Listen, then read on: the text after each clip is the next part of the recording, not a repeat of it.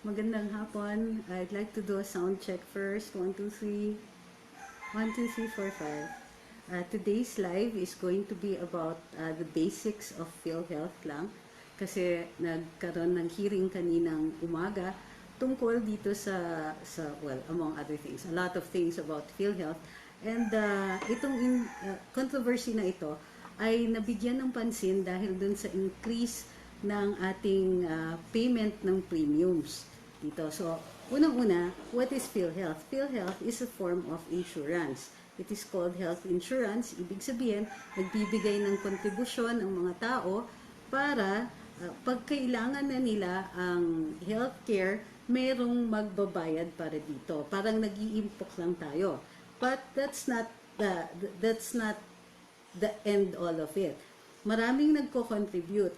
This is how it works, no? Para maging successful ang isang form of insurance, kailangan marami o malaki ang base ng contributions. Yung contributions na yon, hindi sapat yan. Halimbawa, let's say I pay 3,000 pesos a year for several years. Kahit mag-ipon ako 3,000 pesos, let's say for 10 years, that's only 300,000 pesos.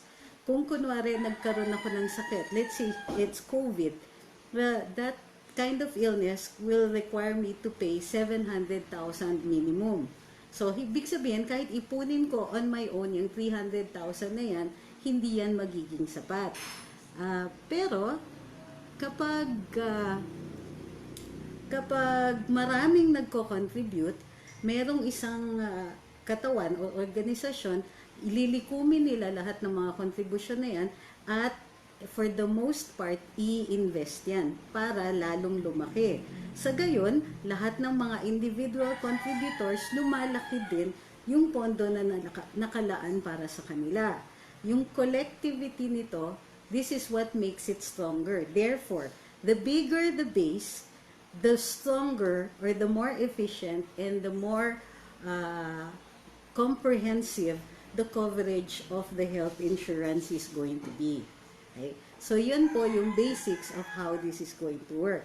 Ngayon, in addition to providing for healthcare insurance, ang nangyari is yung ating PhilHealth lumaki at naging universal healthcare.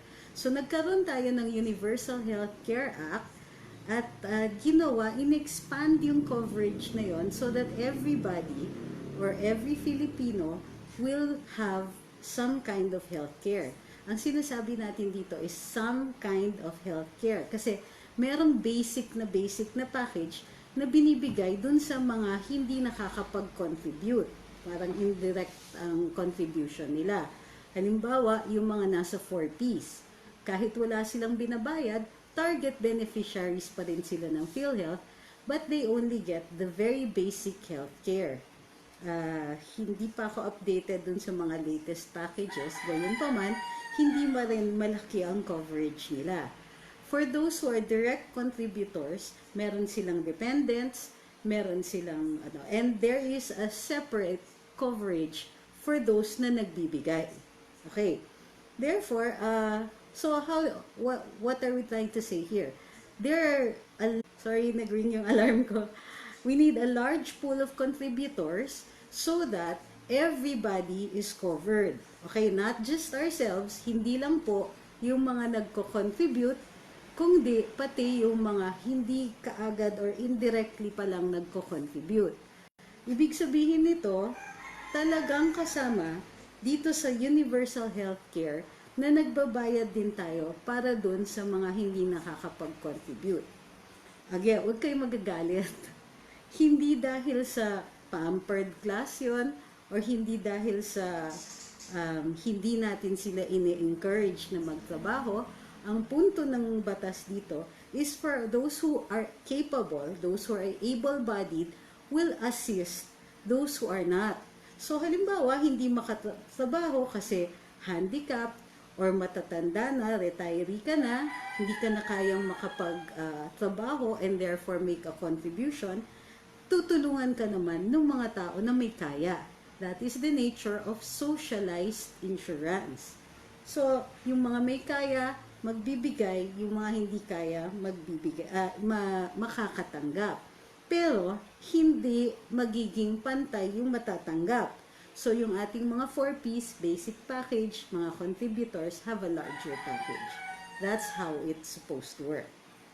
Ngayon, ano yung mga issues dito? Apparently, nung napasa ang Universal Healthcare Act, hindi naging laganap yung impormasyon kung kaya't marami sa atin nabigla nung nakita natin yung mga increases. Bakit natin? Kasi hindi lang po OFWs ang merong increases.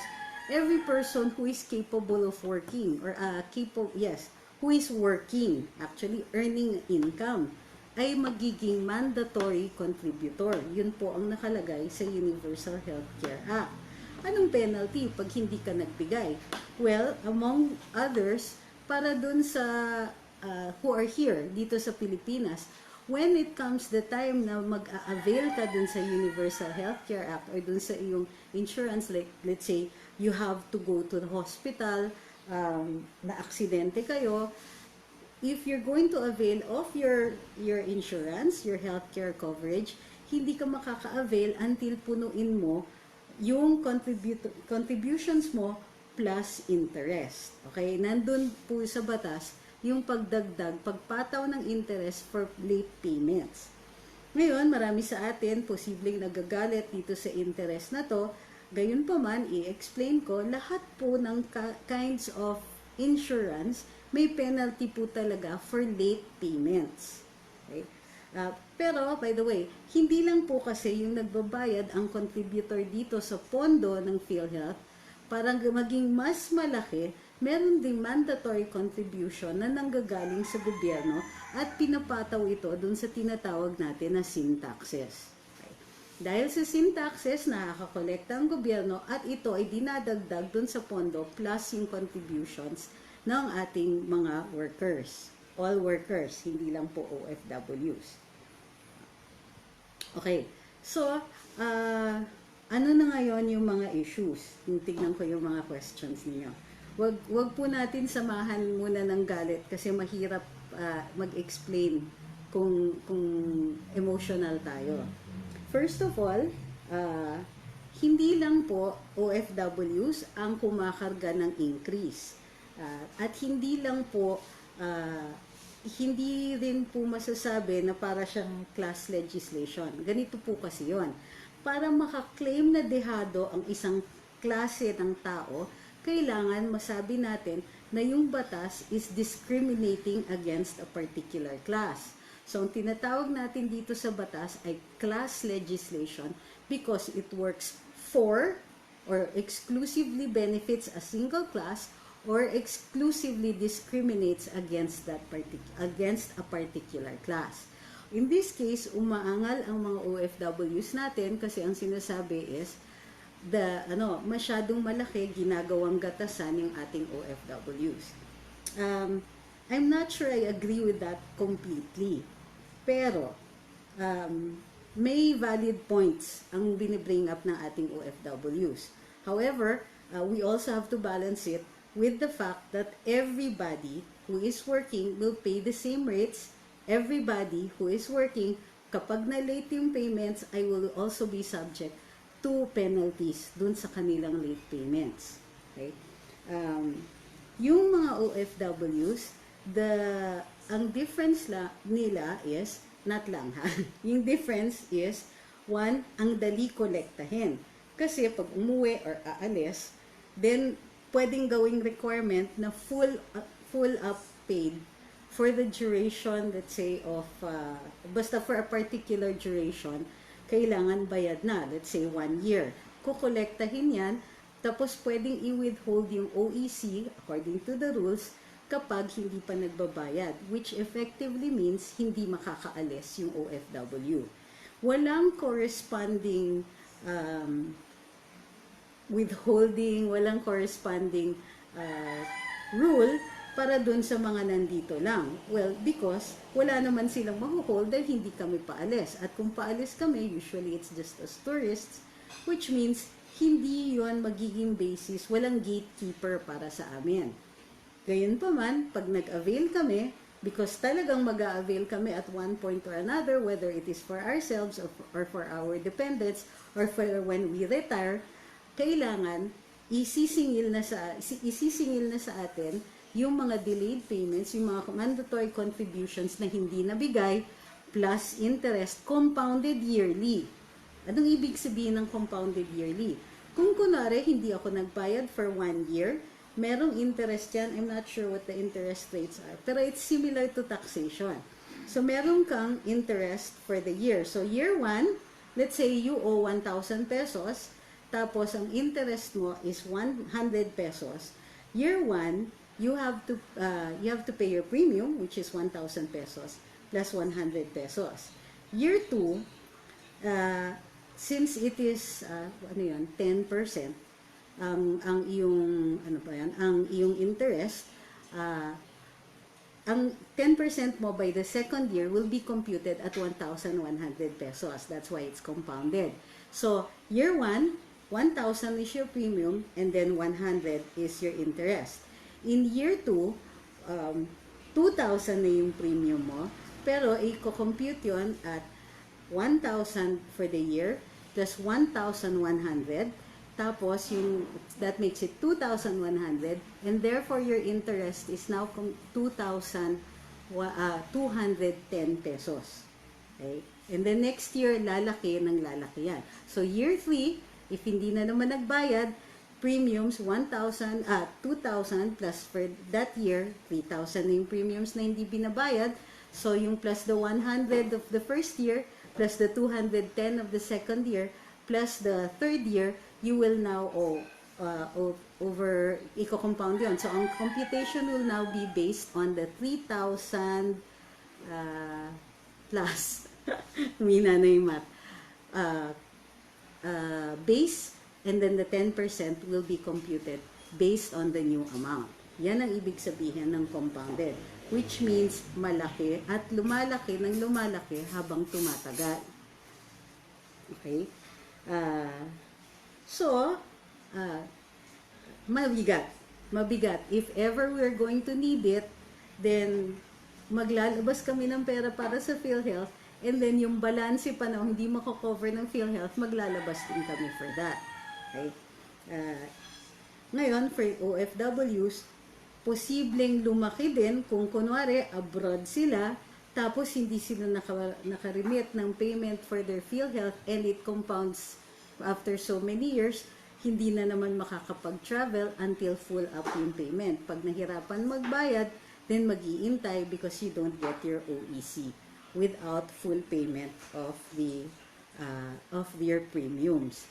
Tapos kung delayed, plus interest. So,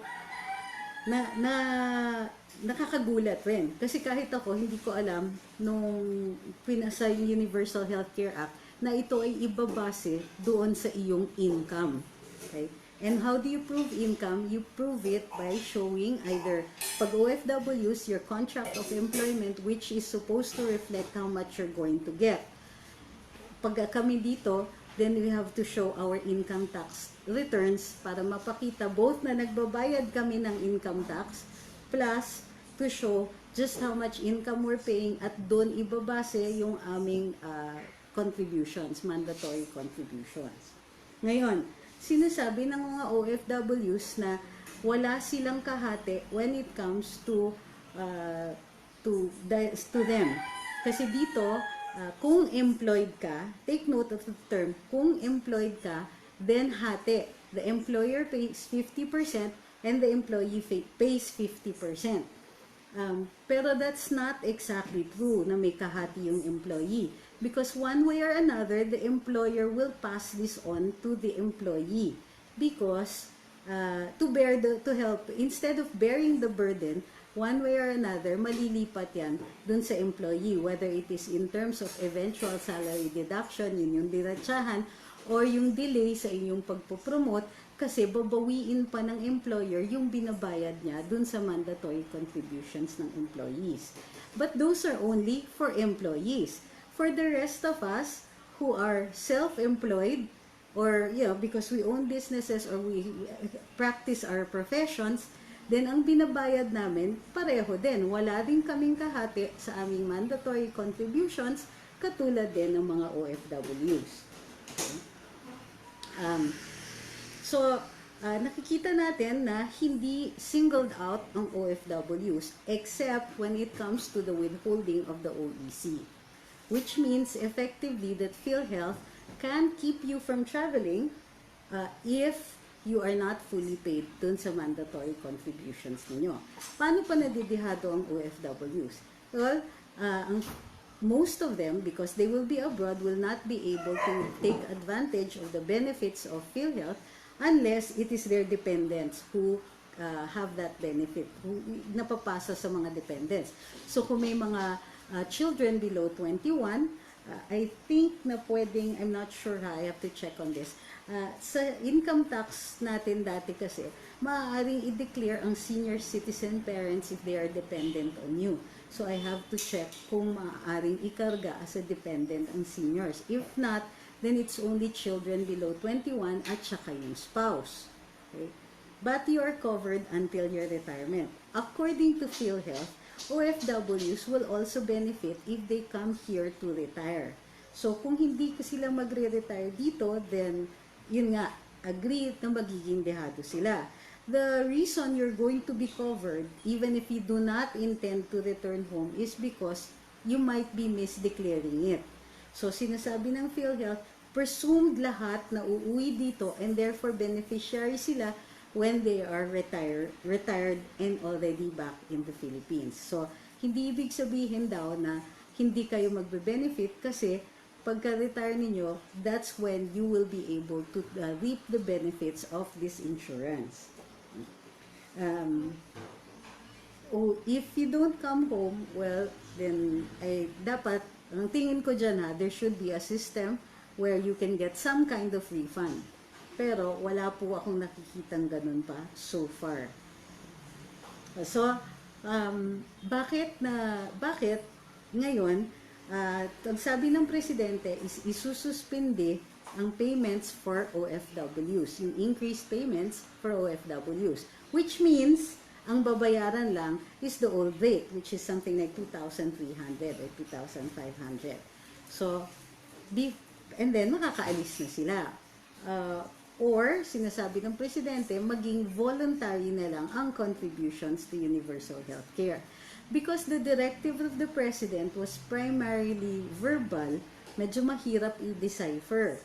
So, ang sinasabi ng PhilHealth, ayon dun sa direktiba ng Pangulo, kailangan isuspindi muna ang payments for OFWs except for those who are voluntary.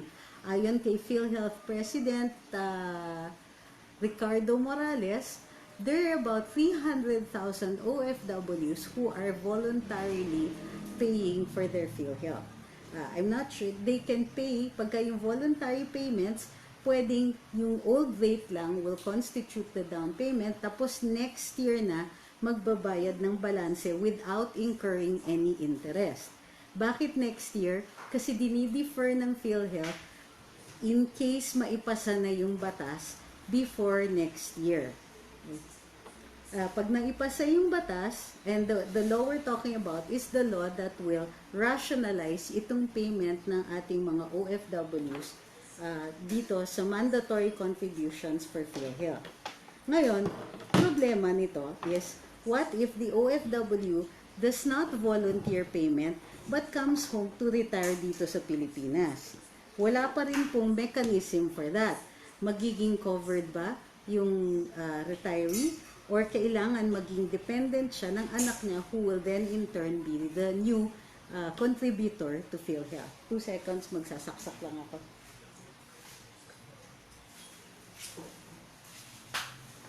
So yan, hindi pa yun malinaw yung part na yun.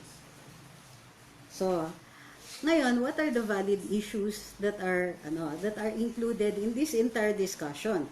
Corruption in PhilHealth is one, and it's a valid it is a valid argument. It's not an argument to exempt anybody from payment, ha? Hindi ibig sabihin na totoong may kurakot sa PhilHealth ay hindi na excuse na yon para hindi tayo magbayad. The only way na hindi tayo mare-require talaga magbayad is kung magbago yung batas. Kasi nandun yon nakasaad sa Universal Healthcare Act na kailangan lahat ng direct contributors ay kailangan magbayad. Fortunately, wala naman pong penalty like imprisonment, etc. because this nga is supposed to be a form of socialized insurance para maaari tayong, it's to benefit everybody. By the way, bakit may universal healthcare? Well, it benefits not just the poorest of the poor or the contributors. The idea kasi is that healthcare is supposed to be a right. Hindi kasi tayo katulad ng US na healthcare is something that you have to pay for and that the government should not concern itself with. In Europe and in most progressive countries, since identified na karapatan ang kalusugan, because it relates to the right to life, di ba? Kung wala tayong right to healthcare, it means na kaya tayong patayin ng Estado even if it is indirectly. In other words, kung hindi tayo tutulungan dito sa healthcare ng ating Estado, it's almost the same as killing those who are incapable of paying for their own healthcare. Next, what else? Universal healthcare allows the population to become, healthier. And the healthier population is a benefit by itself. Halimbawa, ito, COVID. The more people who are healthy and the more people who we can address their disease, particularly infectious diseases, it means less and less ang mahahawa and the greater part of the population will be healthy and safe. Okay? So, yun yung tinatawag natin na goal ng ating batas sa universal healthcare. A healthy population is good for everybody. And we know that this is a need for us. Di ba kayo nakakakilala ng mga pamilya na nawa-wipe out dahil nagkasakit ang isang family member? We know of yung mga stories, lalong-lalo na yung mga mahihirap, magkakasakit yung isang family member, nagkakautang-utang sila kapag nagkasakit yon. And minsan, nagkasakit na matay, uutang ka pa uli pang palibing. So, the family is left with a debt that they have to continue paying kahit na wala na yung family member na yon. And in many cases, it takes about a generation to get out of debt. Which means, tumitigil mag-aral yung mga bata para makapagtrabaho, para makapakain ng sarili nila, and all that. And it creates what we call a cycle of poverty. Nagiging mas pahirap ng pamilya.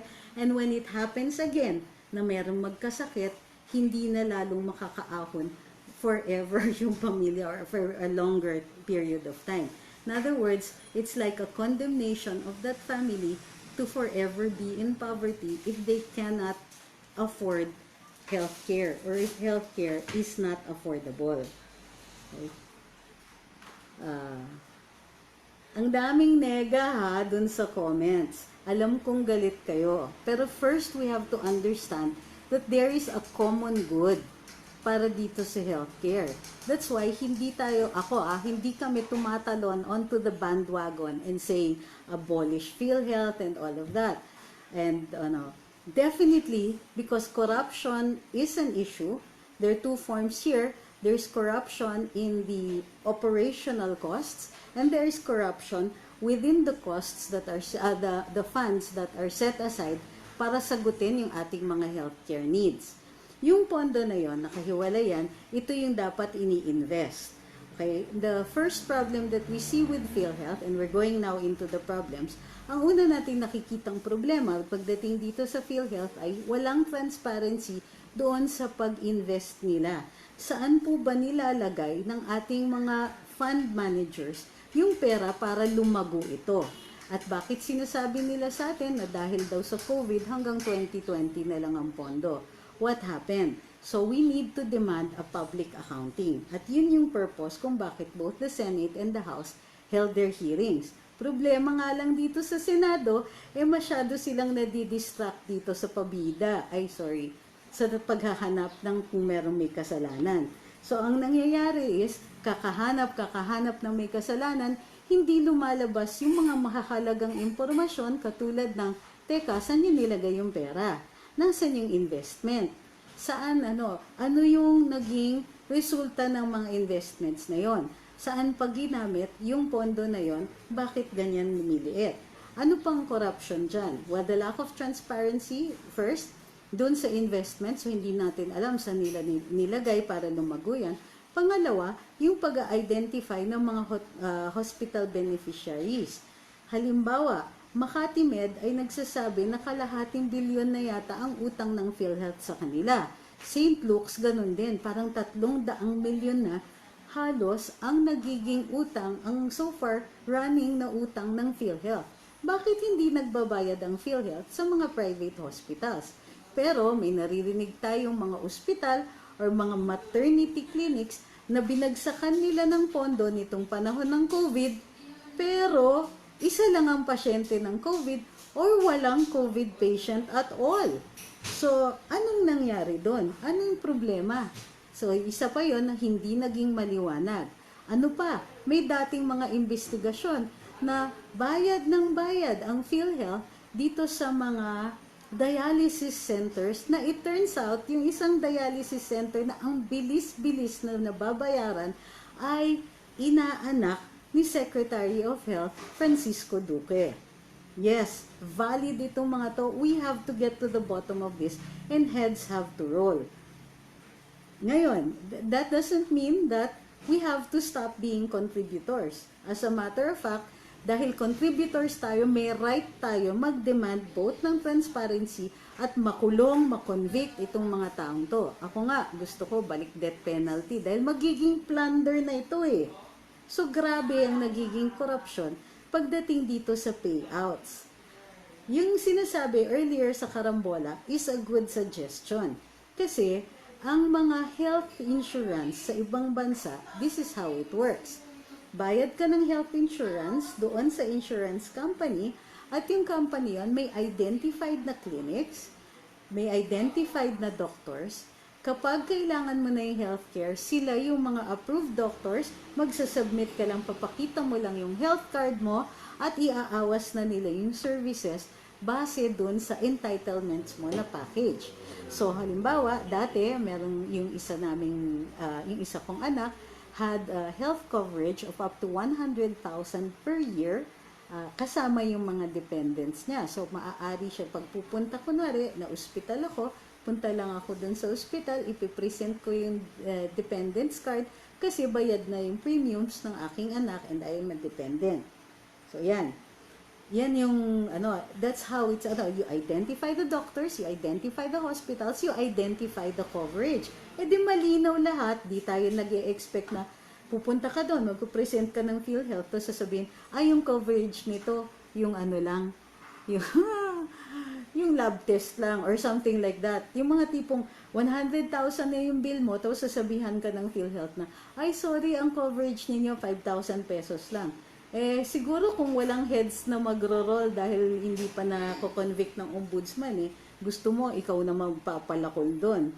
Kasi, yun na nga. So, that is another lack of transparency. Hindi maliliwanag yung ating mga packages at kung ano yung mga coverage. Sometimes, it's because we don't read yung nasa PhilHealth. Pero there are other times, kasi ako, nagbabasa naman ako, nagugulat pa rin ako, bakit ito hindi covered? Okay. Sige, I'll be checking your comments and your questions in a little while. Tapusin lang natin itong mahaba akong sermon. Okay. Ano pa? Saan pa nagkakaproblema? Well, dun sa identification ng beneficiaries. Especially, hindi sa contributors, kasi madali natin patunayan na beneficiary tayo. Dun sa 4Ps. Sino ang covered? Of course, ang 4Ps may means of identification sila. May mga cards din sila. Pero, ilan ba ang 4Ps? And, lahat ba talaga ng mahihirap ay nako-cover nito? Ako kasi, if I am paying premiums and I am paying a lot of premiums, and sige, tulong na rin sa aking mga kababayan na mako-cover yung ibang nasa 4Ps, how many exactly ang nakakapag-avail nito? Baka naman, pati yung binayaran namin para makatulong sa aming kababayan, ay binabarat nyo din. 'Di ba? Kaya ako nagbabayad para hindi masyadong magkakasakit yung aking mga kababayan. Pero kung nagkakasakit pa rin sila dahil binabarat ninyo, what are you doing with our contributions? Again, this is another valid question. Diba? So, tama. Galit ang mga OFWs. Hell yeah! Dapat talaga magalit kayo. But not just because you feel you're singled out, but because if you're going to pay na rin lang, then we demand a transparency, we demand accuracy in your packages, and we demand better service. Diba? If we're going to have to pay, abay, serbisyuhan nyo naman kami. Hindi yung naririnig namin, puro skandalo ang lumalabas sa ahensya ninyo. Okay? Tinatanong ngayon, okay, questions na. Tinatanong ni Tito Gonzaga, how come the primary authors of the UHC law did not check the defects of its IRR? Actually, they should have. Kasi sinasubmit naman yung IRR sa kanila at pinapublish ito. As a matter of fact, I just checked yung IRR ng Universal Healthcare Act is published in the official gazette. Google lang po yan. So, imposible naman na Google lang hindi titingin yung ating mga masusugid na kongresista at saka mga senador. Okay? So, tapos, iyan, today, makakarinig na naman tayo ng scandal after scandal. So, tama kayo, dito na pumapasok yung loss of trust in institutions. Kasi, in every case, we trust our government authorities, our institutions, to do their job. We presume that they're doing their job. Kaya nga po, meron silang benefit of the doubt because there is what we call a presumption of regularity. However, kapag maliwanag na it is not working, there are two things that should have come into action. Number one, yung tinatawag natin na oversight ng Kongreso at Senado, ng legislature. Yung mga mambabatas natin, dapat binabantayan nila kung paano ina-apply yung batas. Kung hindi ito na-apply ng ayos, then kailangan i-review yung batas kung ano ang kailangan baguhin. Or i-review yung kanilang implementing rules, at tama po yung nag-comment, para makita kung ina-apply ng tama at totoo at nang aayon sa batas yung batas na ito. Diba? If you adhere to the law. So, posible yung mga kongresista natin at mga senador medyo nalingat dahil may oversight functions naman sila dito. Ano yung pangalawa? Well, yung mga information agencies natin, ginagawa yung batas in full view of the public. Nag-public hearings yan. Kaya nga lumabas yung tungkol dito sa sa dialysis center ng inaanak ni Francisco Duque, di ba? Dahil nag-continuous hearings ang ating Senado at ang ating Kongreso para maipasa ang Universal Healthcare Act. Bakit? Naghihiring pa lang, alam na nilang may problema, itinuloy pa rin yung batas. Bukod pa niyan, itinuloy pa rin at these outrageous rates. Hindi ba nila naiintindihan yung magiging epekto nito sa OFWs? Hindi ba nila nakita o naramdaman na from 2,000 pesos, 2,500 or 2,300 pesos, posibleng, ang smallest na magiging increase niyan will be something like 3,600 pesos in the first year. Tapos pataas ng pataas until it is 3% of income. Medyo, 3% in income? That's what I spend for, let's say. Ibig sabihin, mababawasan na yung budget ko for food and for other things. Yes, supposedly, it will go into healthcare, pero kailan ko magagamit yan? Hindi rin maliwanag. Kasama ba check-ups dyan? Kasama ba yung pagpunta ng mga anak ko to the pediatrician? Kasama ba dyan yung etc. Again, the lack of transparency on what this is going to be covering. Ito sabi ni Ma'am Jane Harba de Leon. Tulad po namin, family status po kami dito sa Qatar. May health card po kami dito. Ang tanong ko po kung mandatory kaming magbabayad ng PhilHealth sa Pinas, sino po ang gagamit? Meron po kaming anak na nasa Pinas, pero hindi na po namin siya dependent. Nako, normal ito. Dapat po silang ikuha namin ng PhilHealth dahil hindi na namin sila masasakop. Agree? Kaya po ayaw ko pong maging mandatory ang payment ng OFWs. Ganito po yon. Maaari nating gawing mandatory pero subject to certain exceptions. Halimbawa kayo, full family, wala naman kayo dito. Pero kasi kung uuwi kayo, then you will be availing of that. Kung maaari lang, kung meron kasi tayong magandang database, at ito yung sinasabi ni President Ricardo Morales, kung meron tayong magandang database, maaari rin nating ilagay doon kung sino yung hindi na maaaring i-cover ng Universal Healthcare Act. However, the problem is, it's called a Universal Healthcare Act for a reason. It's supposed to cover everybody. No exceptions. So, pagka umuwi kayo dito para mag-retire or senior citizen na kayo, mandatory ang coverage ninyo. Wala na kayong babayaran, covered na kayo. So, hindi ba unfair yon kung uuwi kayo dito para mag-retire, covered kayo ng PhilHealth, pero wala kayong contribution? Yes, yung 4Ps problema talaga yan. Kasi how do we explain now? Yung 4Ps nga, walang contribution, pero may mandatory coverage sila. Ang coverage nila will be smaller, mas malaki po ang coverage ng ating retirees. Okay? Kasi the presumption is, meron silang contributions. So, ang tingin ko, maaayos naman po yan. So, those without contributions, pwedeng i-classify under 4Ps. Diba? Yung tao, pwedeng individual under 4Ps, you'll be covered only by a very basic package. But that also means that somebody else will bear the burden of your cost. That means the rest of us will be paying for you. I hope you also understand that. Ngayon, if you're not coming home, problema, di ba? No problem. And yes, I agree na dapat yung anak niyo na lang dito ang magkaroon ng sarili niyang PhilHealth at hindi na po kayo. So I agree na in instances like that, dapat may exemption, pero kung i-exempt kayo, pagka uwi ninyo dito, very basic lang yung magiging mandatory coverage ninyo sa Universal Healthcare Act. Unfortunately, I'm not sure kung naging ganyan po yung rules. Hindi po ganun ka-dynamic yung rules. So maybe and hopefully makukonsider ito ng Kongreso. Okay. So, ano pa? Hindi tignan ko. Maganda yung mga comments niyo. Sabi ni Bert Gaddy, bakit po hindi na lang baguhin ang sistema ng PhilHealth? Nagaya po ng sinasabi ni Boss Conrad. Yung sistema po, kasi ang pangkalahatan ng country, kahit hindi naman kaya ng ibang Pilipino, it's US-style contributions. Well, ang problema kasi nga sa US-style, hindi, ang sinasabi ni Boss Conrad is, nagko-contribute ka, tapos may identified na healthcare givers, mga ganun, maayos yon. And it will be according to your contribution. The problem nga is, we have universal healthcare kasi nga, the general population is what we're going for. We want everybody to be healthy, to be covered by healthcare because a healthy population is good for everybody. Okay?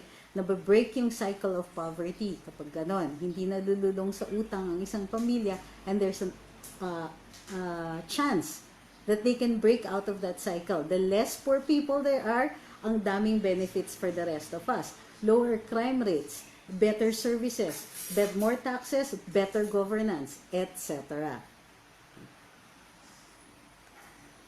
Binabalanse natin, which doesn't mean to say na hindi ko nararamdaman yung inis ng OFWs. Believe me, ramdam na ramdam ko. Kasi, later on, magiging base sa 3% ng income ko yung magiging contributions sa PhilHealth. Di ba? Lucky.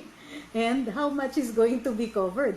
Baka naman pag-uugod-ugod na ako and then I will find out na lang na ang laki-laki ng binayad ko tapos ang i-cover mo lang sa akin lab fees. Magkakaanuhan tayo talaga, magkakabarilan tayo kung ganyan.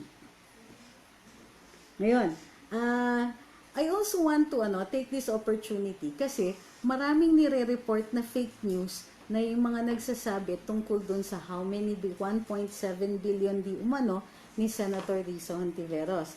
According to her and according to all the fact checkers on Facebook and on Twitter, hindi daw ito totoo. At nire-report na fake news lahat po ng nagsasabi nun. So, mag-iingat po muna tayo.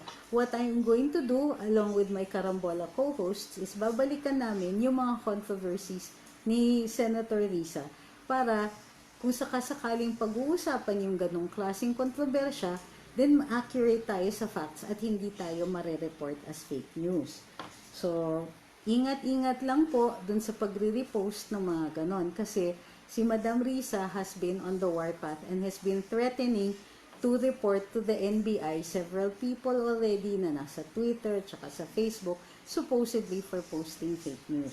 So, ingat-ingat lang din po tayo because ako, personally, I don't want anyone's account to get taken down over something like that. Diba?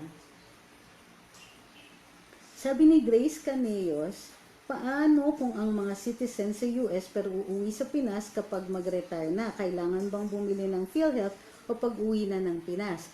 You're considered a mandatory contributor kapag kayo ay dual citizen. Yes, yearly. Kaya kasi nga, precisely for that reason, dahil magre-retire kayo dito, then you will be covered by you're mandatorily covered by PhilHealth. So, kung wala po kayong contributions at wala pa po kasing mechanism for a very basic coverage ng healthcare, then baka ipabayad sa inyo. Better to get PhilHealth kung desidido na kayo na dito po kayo magre-retire. Under the current law, bago pa kasi yung batas kasi sinabi na nga ni Congressman Mike Defensor that they are going to propose amendments to the Universal Healthcare Act. Ito yung cut-off date na iniisip natin. If by next year wala pang napapasa sa bagong na amendment sa batas, then I suggest you get PhilHealth because we have to resign ourselves that the law might not be changed in time bago sa next elections. May time pa po ngayon. Sabi ni Florence, sana mabuo na yung OFW department ay doon na bubuo ng insurance naming OFWs na meron kaming kasiguruhan pag-retire namin. Hindi po kasi kailangan ihiwalay kayo. Yun nga po kasi, the insurance works on a larger base. In other words, the larger the base of contributors, the better it is for you. Kung ihihiwalay natin yung sa OFWs, you will get less coverage. Kesa doon yung sa malaki, yung marami yung contributors. But I agree on the Department of OFW kasi nga naaawa ako sa mga OFWs, meron silang DOLE, meron silang DFA, may kung anik-anik pa. So, ang daming red tape. So, I agree na dapat isang department na lang for all OFW concerns. Tapos, yung remittances doon can also be kept track by that department. Kasi halimbawa, kunwari, yung mga government employees, they can keep track easily, nandito sila. For those who are, whose remittances are made, whose contributions are made by their employers, you can also check that easily kasi nandito kayo sa Pilipinas. Pero when you're abroad, dapat you have a department working to make sure that your contributions are remitted regularly. Sabi ni Deng Bautista, I'm a registered OFW but stopped paying my contribution for about 5 years and intended not to pay anymore since May. May sarili ng PhilHealth ang mga anak ko. So you mean if I go home for my retirement, I have to pay all the missing years with the updated rules computations, which is really huge. That's a distinct possibility, opo. That's possible. Because that's what it says. So, that's why nga iniintay ko na ma-amend yan. Huwag pong mag-alala, napansin po ni Congressman Mike Defensor yan na hindi makakauwi ang OFW unless mabayaran yung back contributions plus interest. Ito magandang tanong to. Nasa na, nawala yun. Tinatanong ni Nandi Tinaco, bakit hindi pa nalinis ni General Morales ang PhilHealth na mag 5 years na in service si President Digong? General Morales was appointed only last year. Parang 13 months pa lang siya dito sa PhilHealth. Before that, parang 2 na rin yata yung nasibak before him. So, ang constant lang talaga dyan sa PhilHealth si Secretary Duque. I think that says something. Ngayon, kahit yung mga kongresista kanina dun sa hearing ay sinasabi, he hasn't had that much time to actually be able to attend to all of the issues in PhilHealth. At nagsabi na rin ang presidente, wala pa siyang nakikitang ebidensya to implicate General Morales. Gayunpaman, ito yung sitwasyon at inexplain kaninang umaga sa karambola ni Kong Jonat na if yung head lang ang pinapalitan natin, andyan pa rin yung mga kurakot. Kasi really, how does corruption occur? Kaya nilang you remember si Nick Fildon, nasa customs or nasa Bucor, and hindi naman nabago yung mga tao under him.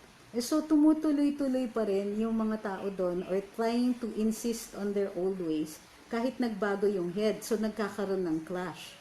So ito pa ang problema. Kunwari, may order o sibakin na lahat yan.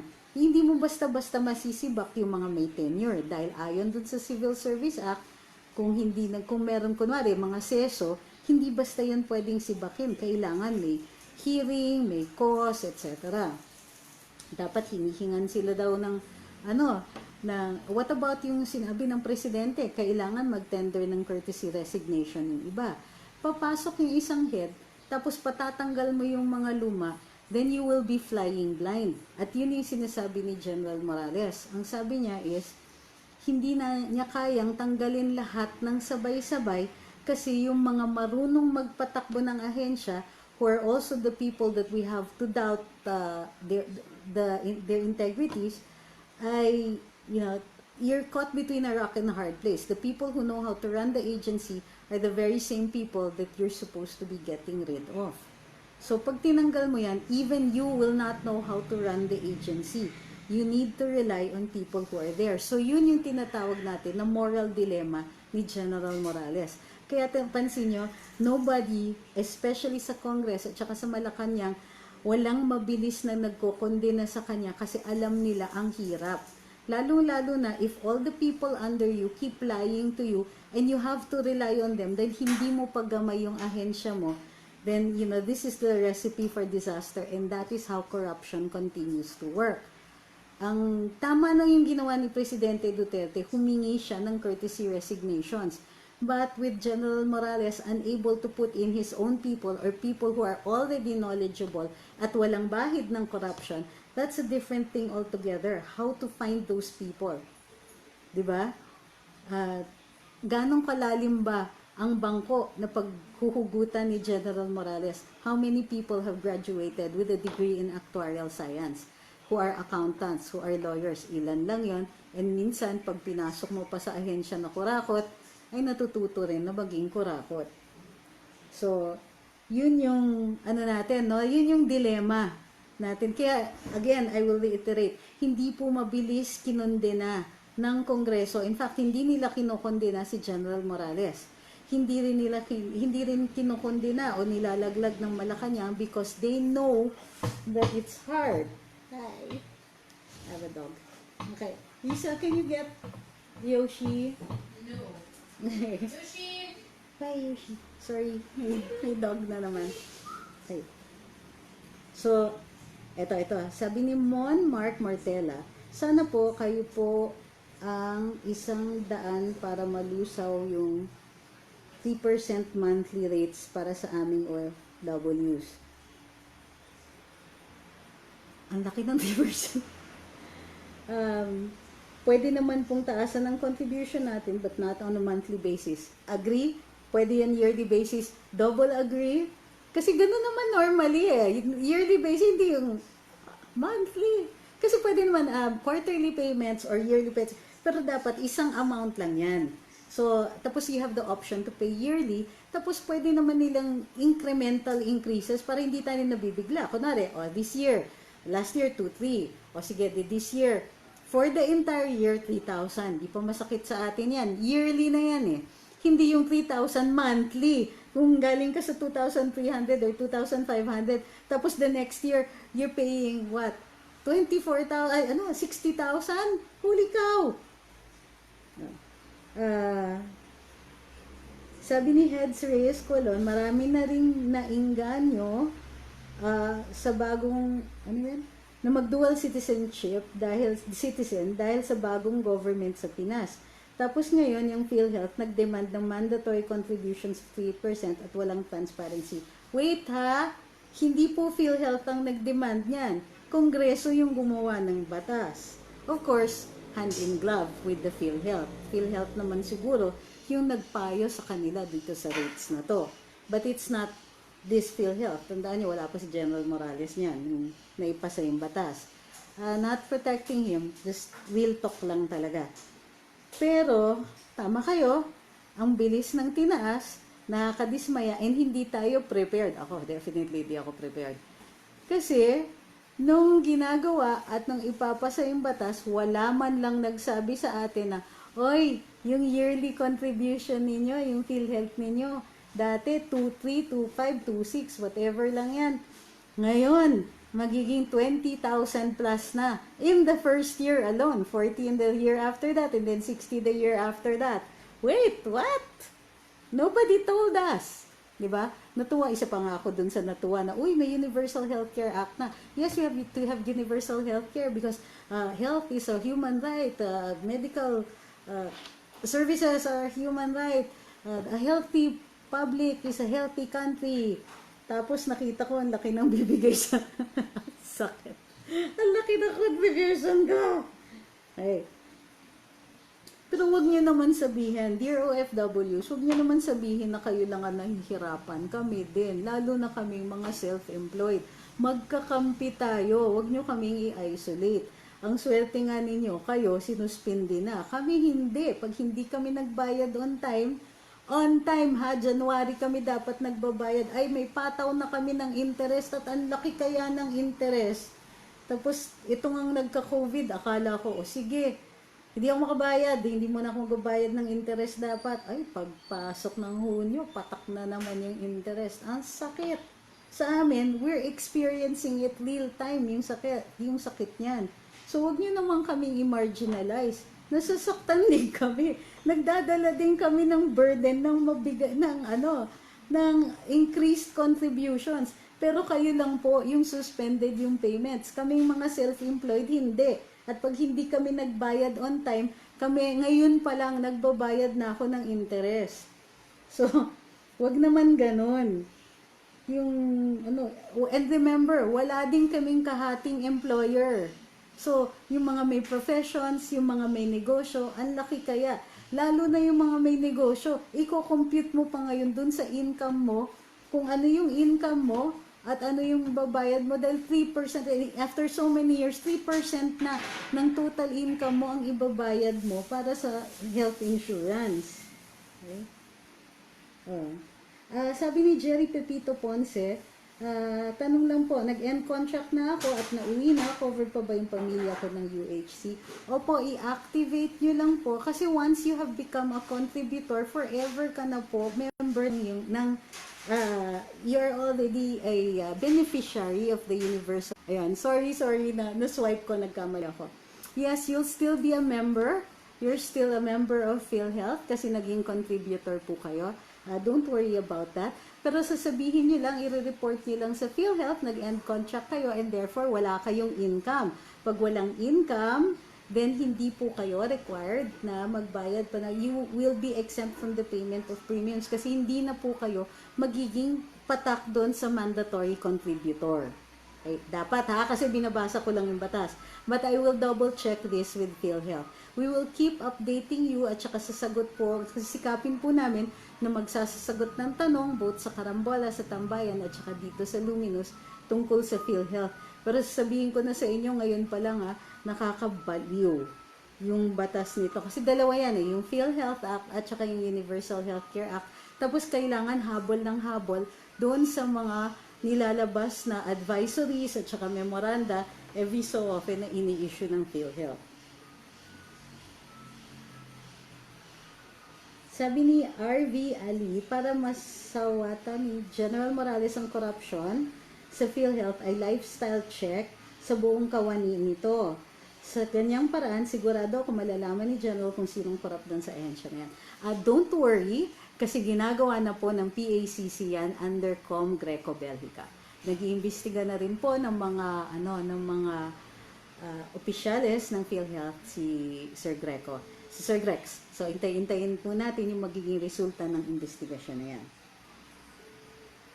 Sabi ni Deng Bautista, Diyos ko Lord, if I retire in the next 10 years and haven't paid for it for the last 5 years, agoy, 15 years times 20K, I have to pay to save 300K alone for PhilHealth to be covered. Ang bigat. Totoo yan. Kaya ang gusto ko muna mangyari bago i-implement ito ay bigyan ng amnesty yung mga hindi pa nagbayad, hindi nakapagbayad.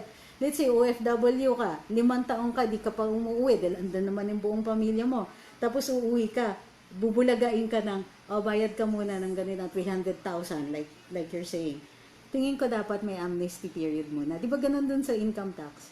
Magde-declare ng amnesty para, sige, ayan ha, legal na kayo, nag-amnesty na, bayad lang kayo, wala nang interest, wala nang kahit anong ganyan. Okay na. Okay. Pero yung mga kunwari, 5 years kayo hindi nagbayad, tandaan nyo, yung rates ninyo are still the old rates. Hindi naman ipapataw yung bagong rates sa inyo. Tapos, kung noon walang interest payments, yung 5 years na yan, wala po kayong interest. At least that's how I'm reading it, ha. Ngayon, yung interest po, mag-a-apply yon from the time pumatak yung Universal Healthcare Act and onwards. So, yung before the Universal Healthcare Act should not have interest unless may interest siya dun sa lumang PhilHealth na law. I have to check that yet. Tapos, yung 5 years na yun na hindi kayo nagbayad will be at the old rates, at the rate for that year. Okay? Sabi ni Ma'am Ann Marquez, okay naman ang PhilHealth at UHC na yan. Kaso, mas malala talagang korupsyon eh. Nakakaiyak na kahit ang sakit-sakit sa bulsa pagbabayad, tapos malalaman mo, winawaldas lang pala ng mga corrupt employees na andyan sa loob ng ahensya. Feel na feel ko kayo, madam, kasi masakit din sa yung increase sa contributions. Yung mo dati, pipitsugin sa akin, kaya yan, 2-4, sige, bayad, 2-4. Yung mga tipong, shucks, nagbayad na ba ako ng PhilHealth this year? Sige, bayad na lang. Yeah. But no. Ngayon, ibang level. Okay. Sabi ni Monina Moinks Doinog, salamat po sa mga sagot sa katanungan, pero being an OFW here at 3% ay hot topic sa amin ito at nakakaiyak dahil mabigat talaga 3%. Hindi pa po 3% ngayon, ha. I think that's 3 years from now. Hindi pa po. Kaya nga, malaki yung chance na ma-amendahan yan. So, ito yung gusto natin itulak. So, one of these days, interviewin natin uli si Kong Mike Defensor. So, sasabihin natin kay Kong Mike, sana may amnesty period. Or, kung hindi, yung regular reading ng batas. So, kung hindi nakabayad dun sa old rates, yung old rates lang ang sisingilin at walang interest yon. Kasi napataw lang naman yung interest nung Universal Healthcare Act na. Kailan yan napasa? 2019. Diba? So, kung 2019, dun pa lang mag-uumpisa yung interest rates ninyo. Gayun pa man, siguro, kailangan i-rationalize natin yung increases. Kahit ako, wala akong problema, bayad tayo ng increase, na iintindihan ko po yan. Pero yung bibiglain mo ko na 1 year you're paying 2,400 and then the next year you're paying what? 40,000 or 30,000 or 20,000. Hindi yun madali tanggapin.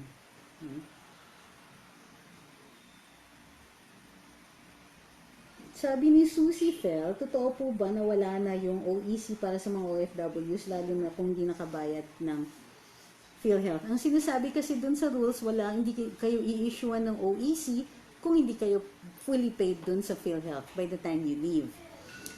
May mga conflicting reports din po kasi dyan. Kasi meron mga nagsasabi na OWA na mismo yata or ginawang part ng batas o ng rule ng DOLE na wala ng OEC na kailangan. So, I think you really need to check before you leave kung ganun, ha. Sabi ni Rogie Season, to be fair, there are employees in the Philippines working in private companies who have their own HMO but mandatorily contribute to PhilHealth, which I think is no different from us OFWs. Siguro po, there should be a systematic way how to contribute instead po sa isang bagsakan lang pagbabayad ng premiums natin. Super agree. And tama kayo, Sir Rogie. Agree. Wala akong mabatikos dyan sa ano eh. Heads Reyes, Colon. Question, how about dahil sa pandemic, maraming OFWs at dyan sa Pinas ang nawalan ng trabaho, walang income, dapat merong suspension muna sa bayad amnesty. Wala po kayong bayad kung wala kayong income. I hope makita yan ng Congress kasi lahat naman affected ng pandemya.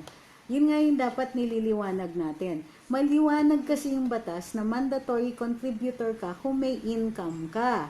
So, kung wala kang income, dapat wala ring bayad. So, for OFWs who have not been earning an income in 1 year, dapat wala rin kayong bayad kasi hindi na kayo papatak under mandatory contributor. Diba? Kasi ang mandatory contributor o OFW at babase ito sa contract. Eh kung wala na nga ang contract, end contract na kayo or naputol na yung contract ninyo, then what is to pay? Anong magiging basehan ng bayad? Wala po yan. I think that might be a misconception. Pero kung nangungolekta ang PhilHealth, kahit wala kayong income, iyon ang mali.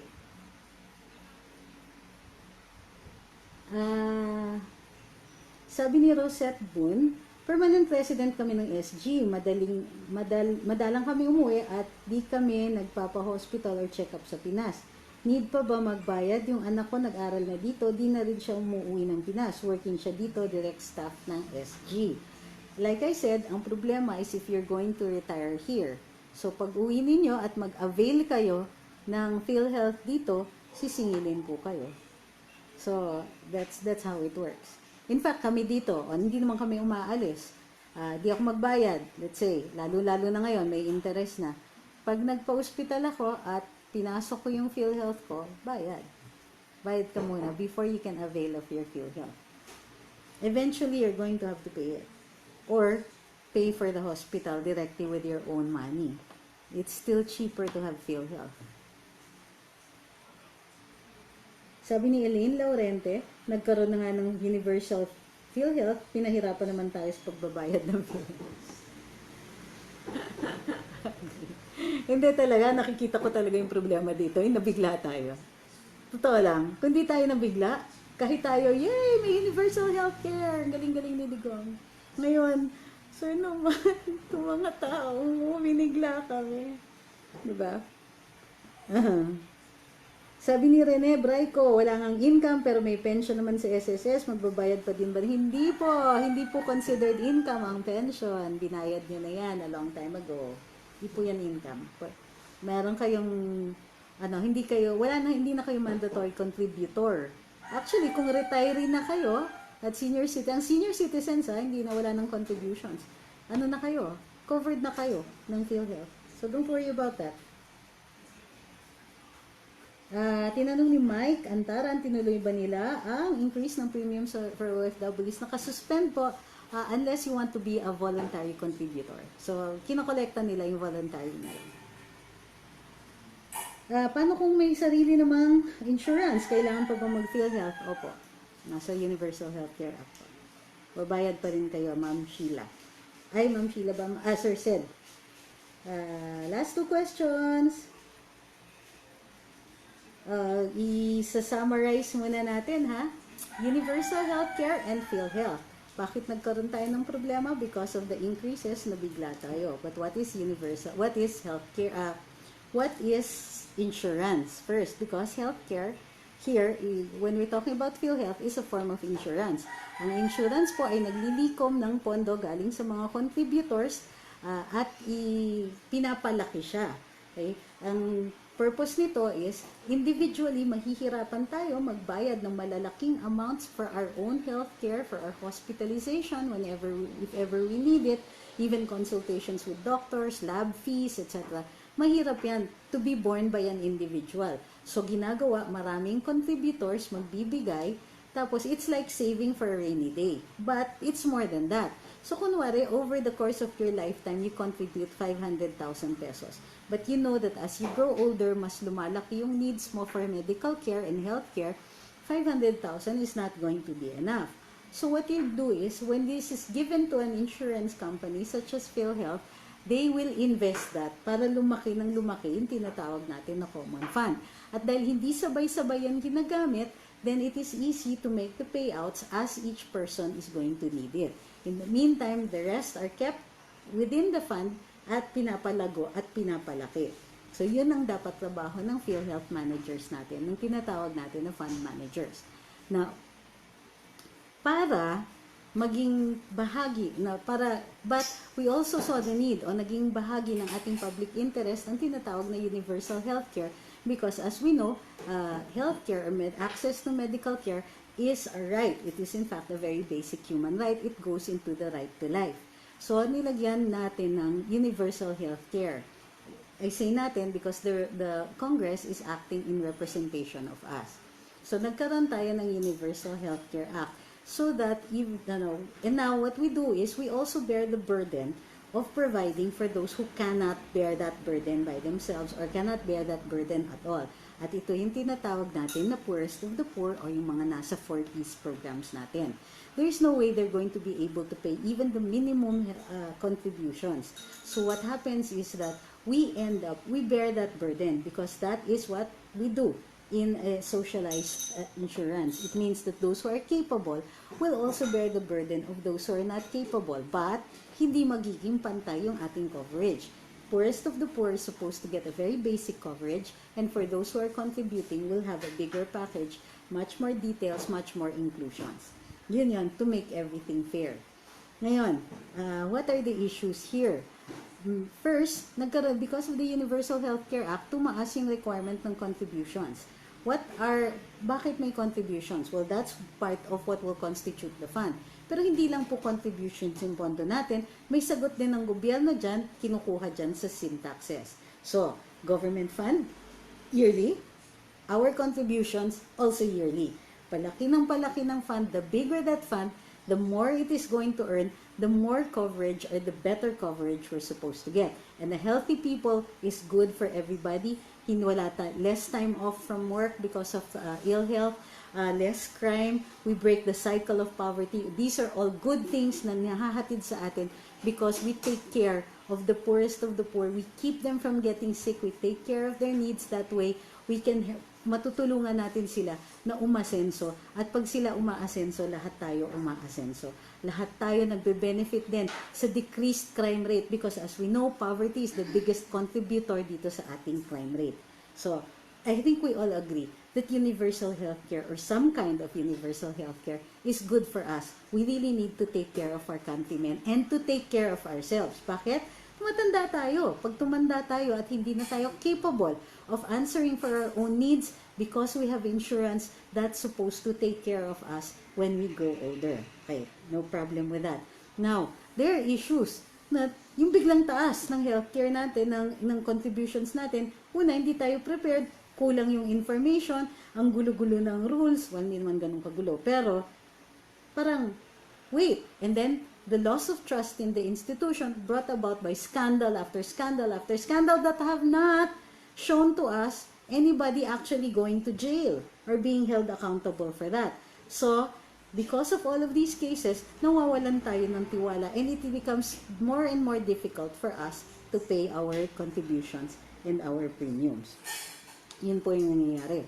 Ngayon, hindi lang sa biglang tumaas yung ating contributions, now, kapag late ka, may pataw na po na penalty and these penalties are computed at a certain percentage and then compounded yearly. So, mabigat yan. Okay.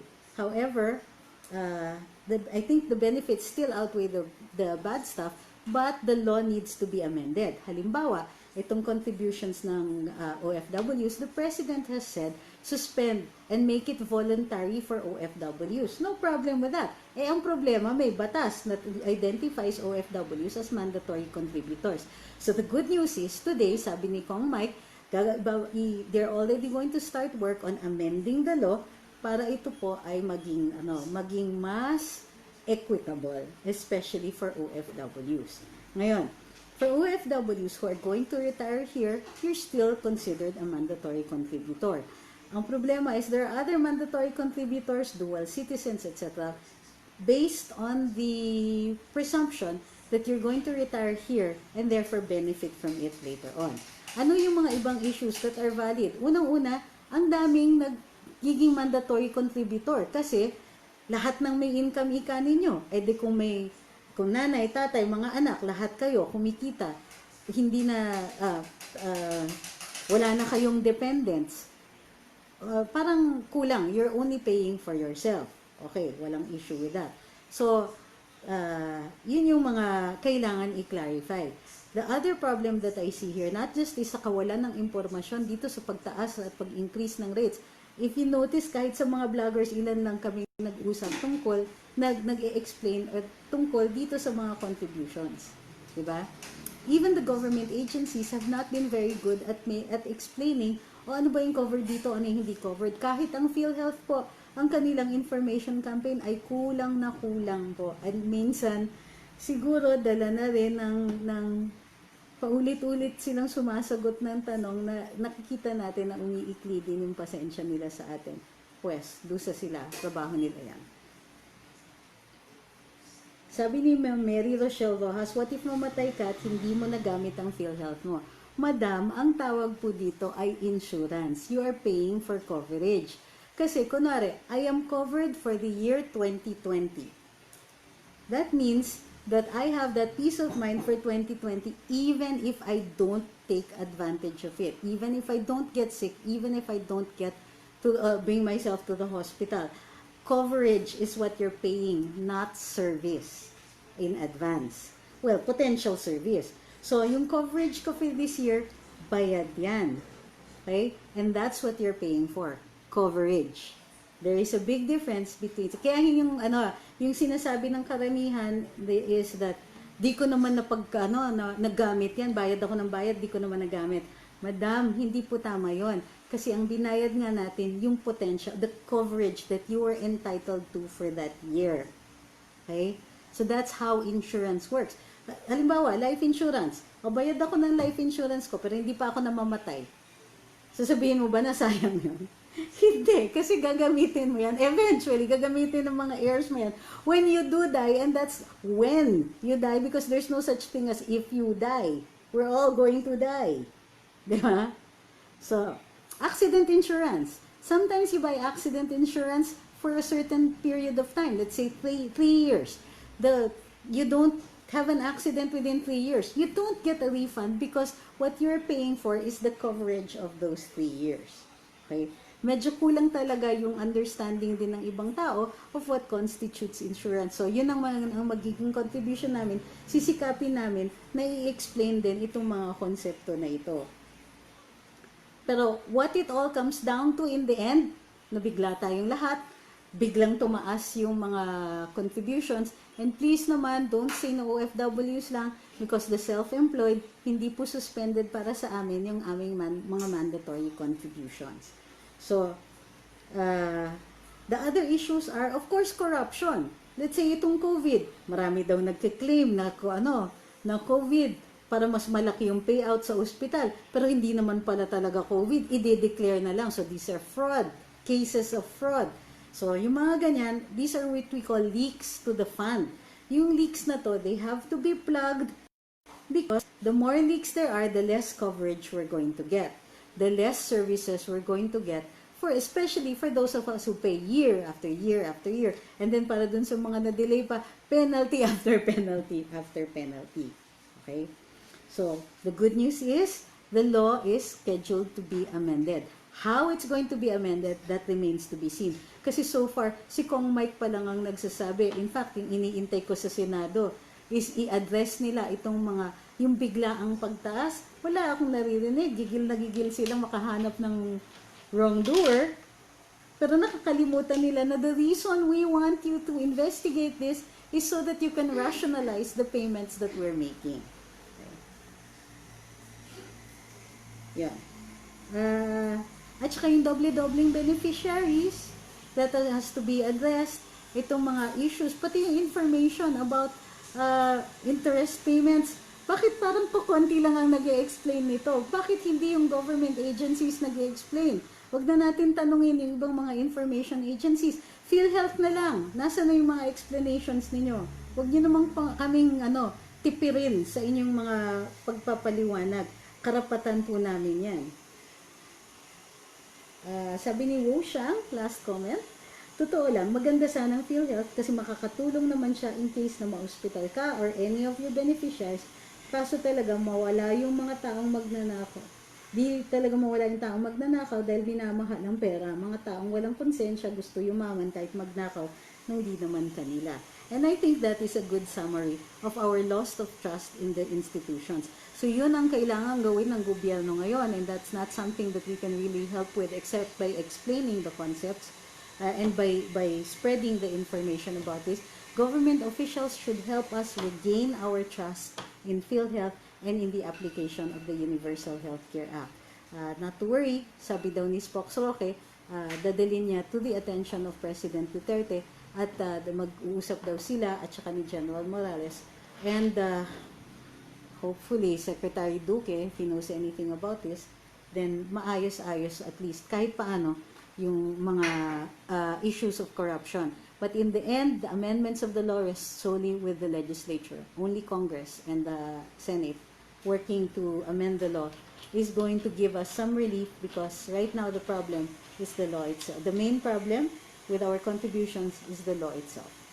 Maraming salamat sa pagsubaybay ulit sa Luminous. Napahaba yata yung discussion natin ngayong araw na ito. Don't forget to like and share. And don't forget to follow dito sa Luminous. Tomorrow may karambola po tayo at saka tambayan. And I hope to see you there. Don't forget like, share. Thank you very much.